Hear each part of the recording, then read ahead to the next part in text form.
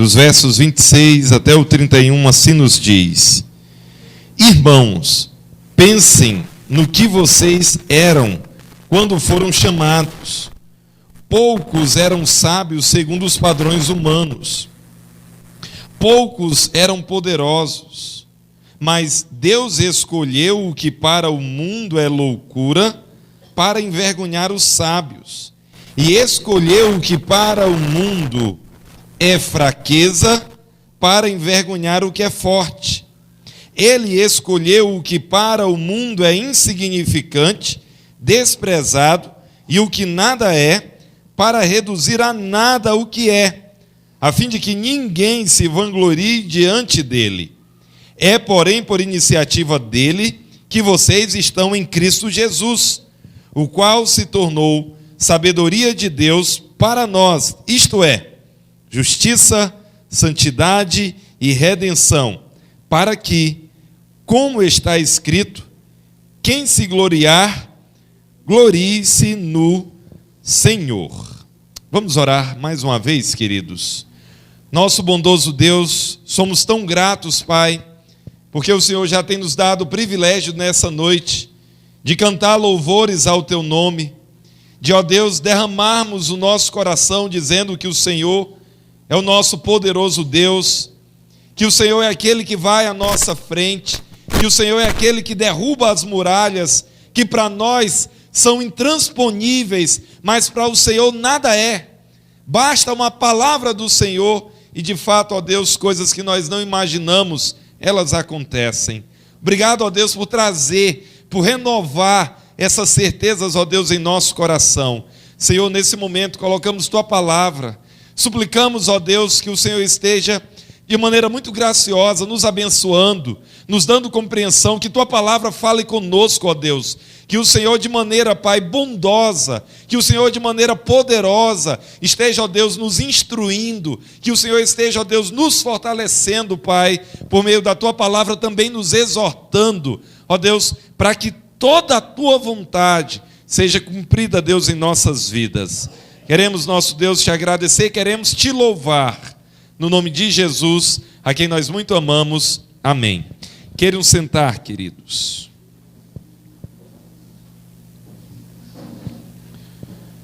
Queridos, queremos de maneira especial, de maneira focada, dizer que devemos aprender a dar somente a Deus a glória. Devemos aprender a dar somente a Deus a glória. Como? Como que eu e você podemos fazer isso? Em primeiro lugar, tendo a compreensão do que nós éramos quando nós fomos chamados. Paulo diz: irmãos, pensem no que vocês eram quando foram chamados. Nesse momento, o argumento de Paulo é tentar convencer os coríntios daquilo que eles eram, para que eles possam lembrar daquilo que eles eram, a fim de justificar o fato de que eles não deveriam estar formando grupos. Eles dizendo, eu sou de Paulo, eu sou de Pedro, eu sou de Apolo. Eles tinham predileção por certas pessoas. Eles tinham predileção por certos personagens. Eles tinham uma espécie de culto às celebridades daqueles dias. Mas o que Paulo vai dizer para ele, já tem dito para nós, que nós temos já aprendido. Paulo disse que a mensagem da cruz, ela não pode ser entendida pelos sábios desse mundo, dessa era, desse tempo. A palavra da cruz é loucura. O homem natural, ele escuta, ele atenta para a palavra da cruz, mas para ele não faz sentido. Porque, na verdade, a sabedoria dele leva ele para um outro caminho, e ele busca aquilo que realmente não faz sentido quando se pensa em um Cristo que morreu na cruz, um Cristo que morreu sob o poder dos romanos. Os judeus, na mente deles, realmente não entrava, e nem mesmo na mente dos gregos, na mente dos gentios. Mas Paulo diz para nós, os que fomos chamados, é o poder de Deus e a sabedoria de Deus. Aí Paulo diz, irmãos, Pensem no que vocês eram quando foram chamados. Poucos eram sábios segundo os padrões humanos. Poucos eram poderosos. Poucos eram de nobre nascimento. Paulo vai se reportar a 3 figuras para mostrar que eles eram simples e que eles, ligando-se a celebridades, a pessoas do seu tempo, fazendo grupos, fazendo facções e estando ligados a celebridades, não era isso que Deus queria deles. Aí Paulo relembra para eles: poucos de vocês eram sábios pegando os padrões humanos como um critério, poucos de vocês eram sábios. Talvez haviam entre os coríntios alguns desses, mas eram bem poucos. Paulo diz que também poucos eram poderosos, poucos eram essas pessoas de muitos recursos, pessoas muito influentes, pessoas que amontoavam outros atrás deles por causa do seu poder, por causa da sua força, por causa da sua grandeza. E o texto ainda diz também: poucos eram os de nobre nascimento.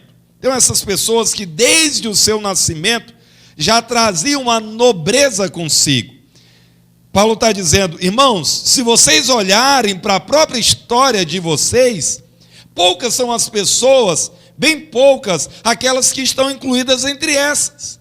Então Paulo está dizendo o seguinte: não faz sentido estar buscando celebridades, pessoas que são conhecidas por algo que elas fizeram, e está então criando facções. O grande problema dos coríntios é que eles estavam criando facções, e eles tinham as suas predileções, pessoas que eles se relacionavam ou se identificavam com aquelas pessoas e faziam daquela pessoa a sua pessoa, o seu personagem predileto. Queridos, Paulo vai continuar na sua argumentação, mostrando que nós precisamos ter uma compreensão daquilo que nós éramos. E eu imagino, irmãos, que a nossa história hoje é bem parecida. Quando nós começamos a escolher pessoas e nos identificar com pessoas, e criar grupos, criar facções, isso é algo muito estranho. Os coríntios, os gregos, eles tinham um gosto muito grande por isso. E hoje, quando a igreja do Senhor faz esse tipo de coisa, isso é algo que nós não deveríamos fazer. A maioria de nós somos pessoas bem simples. Aqui nós poderíamos talvez dizer todos nós. Não há sentido em ficarmos nos identificando com A, B ou C, criando facções, fazendo esse tipo de coisa. Paulo está dizendo: não convém, não é próprio. Mas ele continua argumentando, ele diz: mas Deus escolheu o que para o mundo é loucura para envergonhar os sábios, e escolheu o que para o mundo é fraqueza para envergonhar o que é forte. Ele escolheu o que para o mundo é insignificante, desprezado e o que nada é, para reduzir a nada o que é, a fim de que ninguém se vanglorie diante dele. Mais uma vez, Paulo vai pegar 3 comparações, pegando o sábio e o que não é, o que tem algum tipo de distinção e o que não tem. Ele diz: Deus escolheu o que para o mundo é loucura para envergonhar os sábios. Então aquilo que aparentemente é loucura, o que é loucura? Paulo está dizendo que um Messias que morreu na cruz, lembre que a morte da cruz era uma morte reservada para bandidos, era uma morte reservada para traidores, uma morte reservada para desordeiros, para os traidores do império. E o Messias dos cristãos, o Salvador dos cristãos, é esse que morreu em uma cruz. Então essa mensagem para os sábios é loucura, não entra na mente deles, não vem, não casa, não dá liga.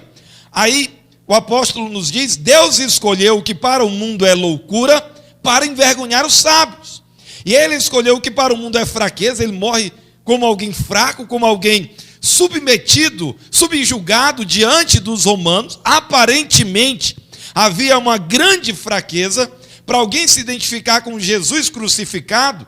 No primeiro século não é essa coisa como é hoje. Hoje A cruz, o crucifixo, nós lembramos da cruz como símbolo do cristianismo. Naqueles dias era um símbolo de vergonha. Paulo está dizendo que Deus escolheu aquilo que para o mundo é fraqueza para envergonhar o que é forte. E a outra comparação que ele faz, ele diz nesse verso 28, ele escolheu o que para o mundo é insignificante, é pouco significativo, tem pouco valor de significado, e é desprezado o que nada é. Irmãos, naqueles dias, você dizer, olha, o meu Messias significa Salvador, o meu Salvador, ele morreu em uma cruz, todo mundo ia rir. Como assim? O seu Salvador morreu em uma cruz? Mas a cruz, os romanos nem sequer mencionavam a cruz. Os romanos nem sequer eles diziam, isso não é uma palavra para ser dito entre pessoas educadas. Isso não é uma palavra para ser dito entre pessoas que têm algum tipo de cultura, não. Isso é um tipo de atitude, isso é um tipo de experiência cruel, reservada para gente muito ruim. Quer dizer que você está me dizendo que o seu Messias, ele morreu em uma cruz? Naqueles dias, dizer esse tipo de coisa, era realmente loucura, era fraqueza, era falta de sabedoria, era algo insignificante, isso nada é. Mas o que o apóstolo está dizendo é que Deus escolheu, olha como o texto é enfático em dizer, Deus escolheu o que para o mundo é loucura, foi Deus quem fez isso, para envergonhar os sábios. Verso 28, Deus, foi Deus quem fez isso, ele escolheu o que para o mundo é insignificante, desprezado o que nada é, para reduzir a nada o que é. Agora, veja o grande propósito, verso 29, a fim de que ninguém se vanglorie diante dele. Irmãos, no cristianismo não há lugar para vanglória. Você não é salvo porque você é bom. Você não é salvo porque você é muito inteligente. Você não é salvo por causa de um nobre nascimento.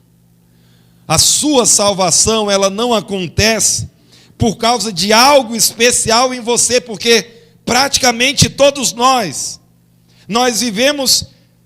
viemos de um contexto simples, insignificante, e Deus quis fazer assim, exatamente para envergonhar aqueles que são poderosos, aqueles que acham que são as pessoas mais valiosas, aqueles que acham que são as pessoas mais importantes. Deus escolheu fazer assim, para que ninguém se vanglorie diante dele. Queridos, se existe algo que é totalmente inconsistente com um cristão, é a vanglória. Glória somente deve ser dada ao nosso Deus, somente a Ele. E deixe-me dizer, às vezes pensamos que essa vanglória, ela só surge no nosso coração, porque o nosso coração é ímpio. Mas, queridos, às vezes nós queremos nos identificar com alguém lá fora, conhecido, que move as massas, alguém lá fora que, de alguma maneira, se tornou notório. O que Paulo está querendo dizer é que nós não devemos fazer esse tipo de coisa. O que Paulo está querendo dizer é que isso é inapropriado. O que Paulo está querendo dizer é que Deus reduziu todas as coisas a nada para que ninguém se vanglorie diante dele. Então nós não vamos nos vangloriar nem em nós mesmos, nem em pessoas lá fora. A nossa glória deve estar totalmente centrada somente no nosso Deus. Ele ainda insiste nesse ponto. Versos 30 e 31, ele nos diz: é, porém, por iniciativa dele, de Deus, que vocês estão em Cristo Jesus. Não sei se você já pensou sobre a sua salvação. Eu imagino que sim, mas de repente você pensa, Deus me escolheu, Deus fez todas essas coisas comigo porque Eu fui para o Senhor. Eu ouvi a mensagem, eu fui para o Senhor. Meu querido, quando você foi, Deus já estava te atraindo. Deus já estava trabalhando na sua vida. Deus já estava trazendo situações, porque Ele é o soberano do universo.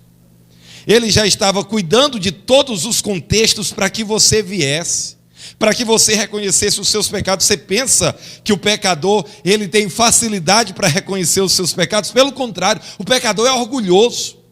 Alguém já disse que se Deus oferecesse a salvação, se a salvação fosse colocada da seguinte maneira: olha, você tem que se arrepender dos seus pecados, ou talvez você vai ter que cortar uma das suas mãos. Se você cortar, você entra no céu. Talvez no céu ia ter um monte de gente que preferia ter a mão cortada do que admitir que é um pecador. Porque na verdade o ser humano, ele é profundamente orgulhoso. Mas o propósito divino é nos mostrar que a salvação vem dele, é por iniciativa dele que vocês estão em Cristo Jesus. Quando você pensar na salvação, meu querido, louve a Deus. Não é por sua bondade, não é porque você é inteligente, não é porque você é capaz, não é porque você é distinguido, é porque um Deus bom quis agir na sua vida. É porque um Deus bom usou pessoas. É porque um Deus bom trabalhou nas circunstâncias. É porque um Deus bom quase deixou o carro cair no penhasco, mas protegeu, mas colocou a sua mão, para que em um determinado momento Ele chegasse e dissesse para você: você não é nada. Você não é nada, você precisa de mim, arrependa-se dos seus pecados. A mensagem do Evangelho, queridos, vem exatamente com essa mensagem, mostrando que nós nada somos, mas há um Deus no céu todo-poderoso,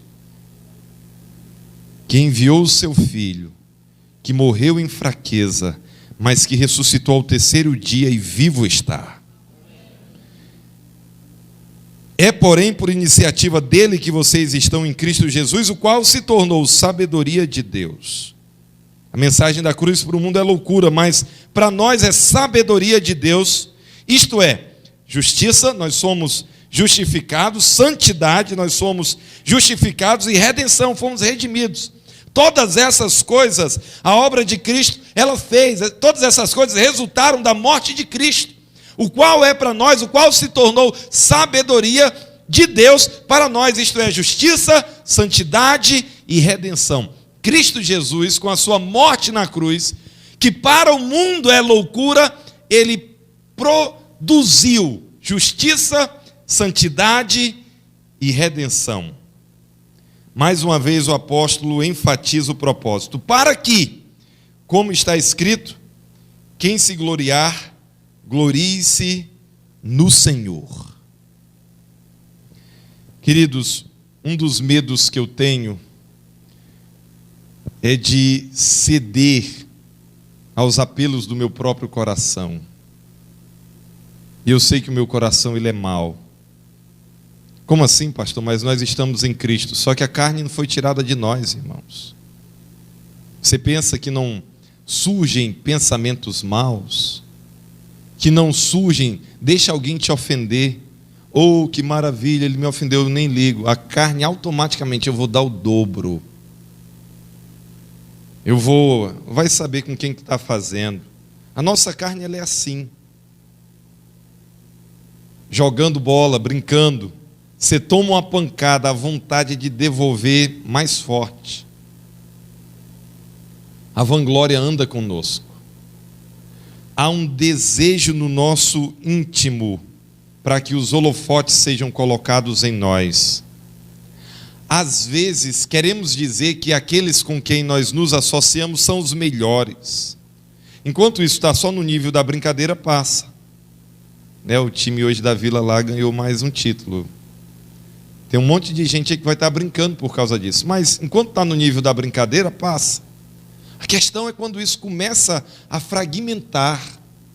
Aqui Paulo está dizendo que eles fazendo partidos dentro da igreja, elegendo nomes, elegendo pessoas e dizendo: eu sou de fulano, eu sou de Beltrano, e começando a criar partidos.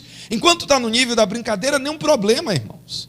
Mas quando isso começa a se tornar mais sério, e a nossa unidade começa a correr risco, o que a Escritura vai nos dizer é que nós nos identificarmos como pessoas, ao ponto de fragmentarmos a igreja do Senhor, que isso é impróprio. Mas por que isso é impróprio? Porque somente a Deus devemos dar glória. Nenhum homem, nenhuma pessoa, nenhum partido, nenhuma facção merece da nossa parte esse tipo de lealdade. Somente ao nosso Deus devemos dar toda a honra, toda a glória e todo o louvor.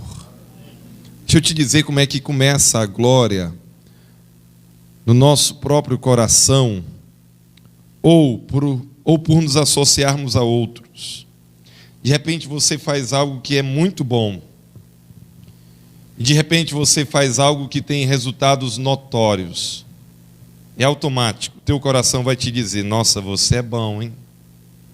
Rapaz, passou em primeiro lugar na Universidade Federal, ou você é capaz. Olha lá, saiu a lista dos aprovados, teu nome é o primeiro. Puxa, saiu o concurso público, você está entre os 3 primeiros. Rapaz, você, hein? Que coisa. E aí o nosso coração, ele tem a capacidade, irmão, seja num concurso, seja num vestibular, seja em qualquer coisa. Se de repente eu e você fazemos algo, e isso produz resultados que são notórios, nós temos uma capacidade de dizer: eu sou bom, eu sou capaz, eu tenho habilidades que outros não têm. Agora, às vezes nós nos associamos com pessoas que assim são. Era o problema dos coríntios. Paulo está lutando contra isso, dizendo que a atitude deles era errada, porque eles estavam se associando com grupos, fazendo uma verdadeira facção dentro da igreja, dividindo a igreja, fazendo grupos dentro da igreja.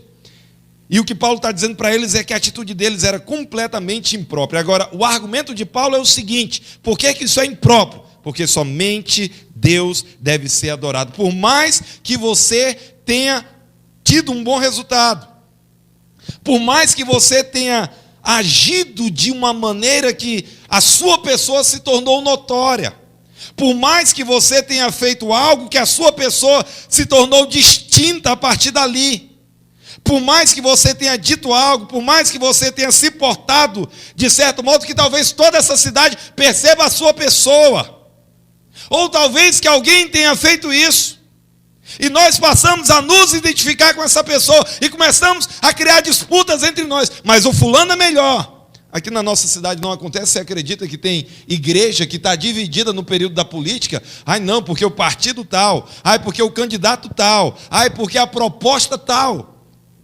É lógico que nós devemos ter uma opinião política, mas ao ponto de a igreja se dividir? Mas ao ponto de nós começarmos a criar uma animosidade contra o irmão? Como assim, queridos? Quem é tão especial para eu quebrar minha comunhão com meu irmão? Que proposta tão mirabolante é essa?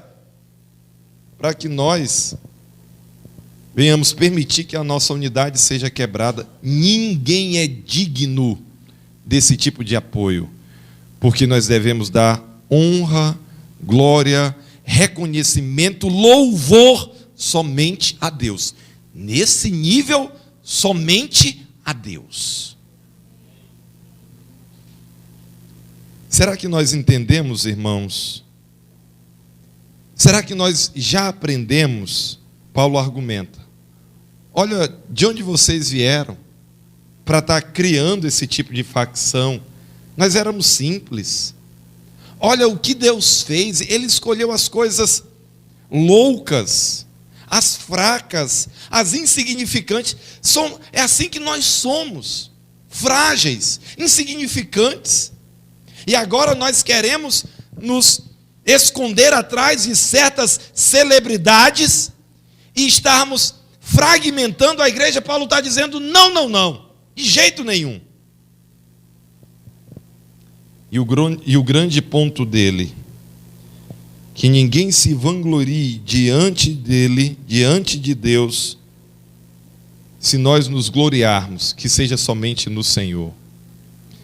Se algum dia você pensar em enaltecer o seu ser, o seu ego, lembre-se de uma coisa: você só é alguma coisa por causa de Cristo Jesus. Se você pensar que existem pessoas tão importantes e tão valiosas, o que elas são diante do Deus Todo-Poderoso para eu começar a agir contra o meu irmão? Meu querido, que nós possamos aprender com as limitações, com as dificuldades que outras igrejas passaram, a igreja de Corinto passou, que nós possamos aprender como agir e, especialmente, que nós possamos aprender a dar somente para Deus toda a honra, toda a glória, todo o louvor. Só o nosso Deus merece a nossa fidelidade. Só o nosso Deus merece todo o nosso fervor. Se nós vamos nos aliar, que nós nos aliemos todos juntos, somente ao Senhor. Isso não impede que nós, por exemplo, vai ter a eleição, você deve ter a sua preferência política. Sim, nenhuma dessas coisas deve impedir que a nossa unidade continue muito forte. Igreja, nós vamos continuar muito unidos se nós glorificarmos somente a Deus, somente a Ele. Se nós reconhecermos que qualquer glória dada a homem é vanglória, é glória vã, é indevida. E se nós reconhecermos que se formos nos gloriar, que seja somente no Senhor. Que o nosso Deus nos abençoe, que o nosso Deus nos guie, que o nosso Deus nos conduza a dar somente a Deus e somente a Deus toda a honra, toda a glória, todo o louvor. Que nós possamos, queridos, pensar nessas coisas, meditar nessas coisas, e nesses momentos que o nosso coração quer trazer glória ou para nós ou para outros, que nós possamos colocar todo o foco somente no nosso Deus. Mais uma vez, curve sua cabeça, vamos nos dirigir ao nosso Deus em uma palavra de oração. Nosso Deus, queremos te render graças pela tua palavra. Ela é tão majestosa, Deus, e ela nos mostra, Senhor, as razões das nossas facções, das nossas limitações. É porque nós não damos glória ao Senhor como deveríamos. Ó Deus, assim foram os coríntios. Que tu nos guardes, ó Deus. Que tu nos dê, ó Deus, todo o livramento, fazendo-nos, ó Deus, entender que toda honra, glória e louvor deve ser somente para o Senhor. Ó Deus, em nome de Jesus, que nós possamos nos lembrar, Pai, do nosso período antes de sermos chamados. Nós éramos simples. Por que, ó Deus, agora criar esse tipo de atitude, ter esse tipo de atitude, formando grupos, escolhendo, ó Deus, celebridades? Não, Deus, que tu nos guardes dessas coisas. Se houver alguma celebridade entre nós, será somente Cristo Jesus. Se houver, ó Deus, alguém que vai receber toda a atenção, todo o foco, que seja somente o teu Filho Cristo Jesus. Te damos graças, Pai, pela tua palavra. Suplicamos que o Senhor faça de nós um povo que glorifica somente o nome do Senhor. Nós te louvamos, nós te suplicamos, no nome de Cristo, a quem nós amamos. Amém.